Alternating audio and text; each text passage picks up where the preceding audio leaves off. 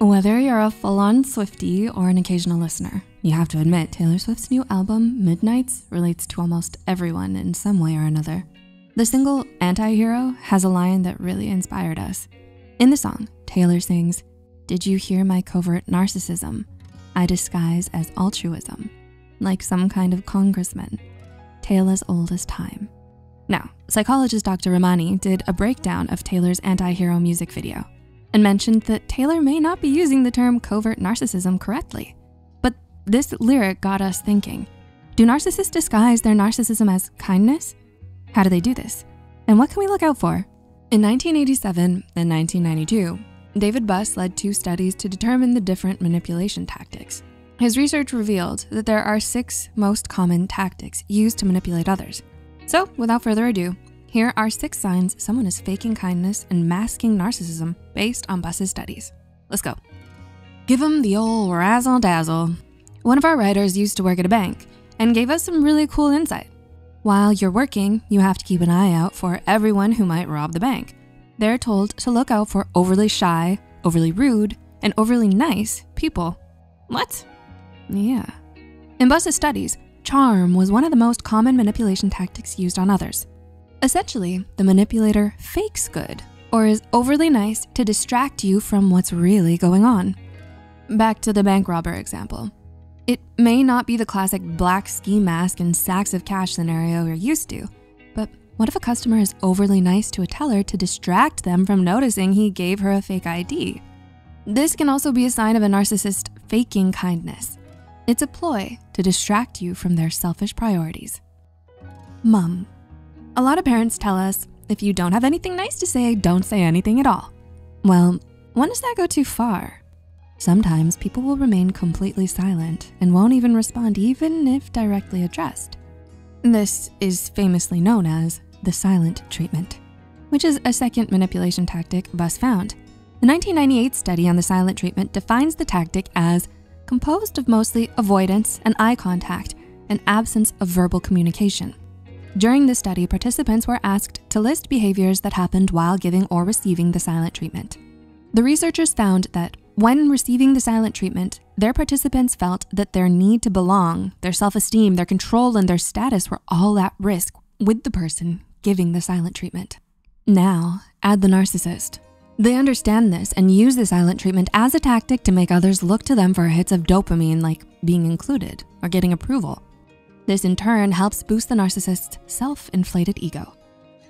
With the cherry on top. Do you remember when you were a kid and you really wanted to convince your parents to do something? What did you do? You pulled out all the stops to convince them. So your friend is having a party and you want permission to sleep over afterwards. You might remind them how you haven't asked for anything in months, been doing all the chores, are passing all of your classes, and even how you've been responsible while driving the family car. You might even promise to help out with some extra stuff around the house, just to be safe.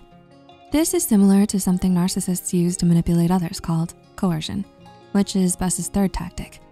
Coercion is defined by the APA dictionary as the process of attempting to influence another person through the use of threats, punishment, force, direct pressure, and other negative forms of power.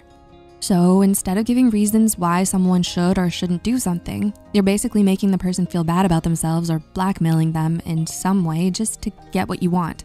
This might look like a narcissistic parent saying, "You won't help your mother bring in the groceries? Fine, I'll take care of it myself. And when I'm done, you'll remember that you didn't help."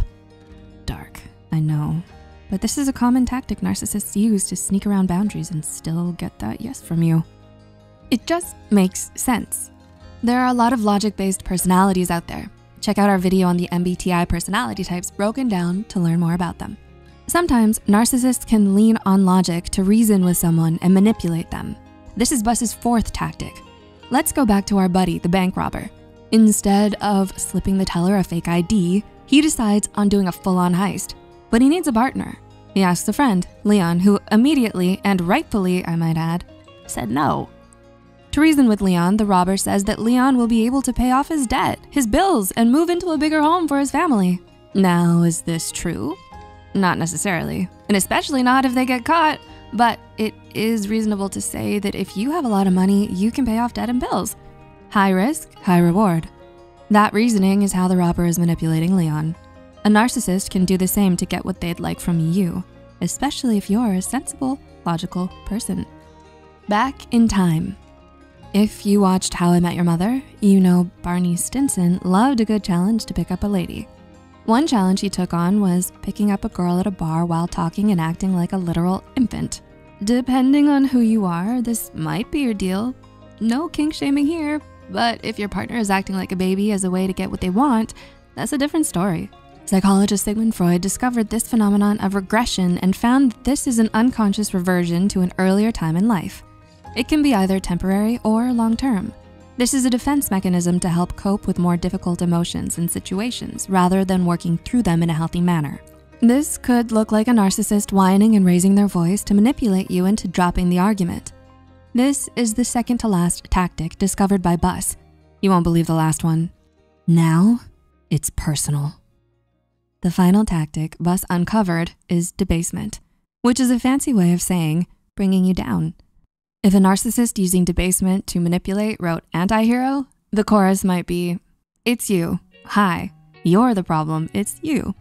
Whether it's making fun of their appearance, their opinions, their hobbies, the narcissist will use anything and everything they can against you to make you feel small and bring you down. The narcissist's logic is that if you feel not good enough or lesser than, you'll see them as superior and follow or listen to them. Think Regina George from Mean Girls.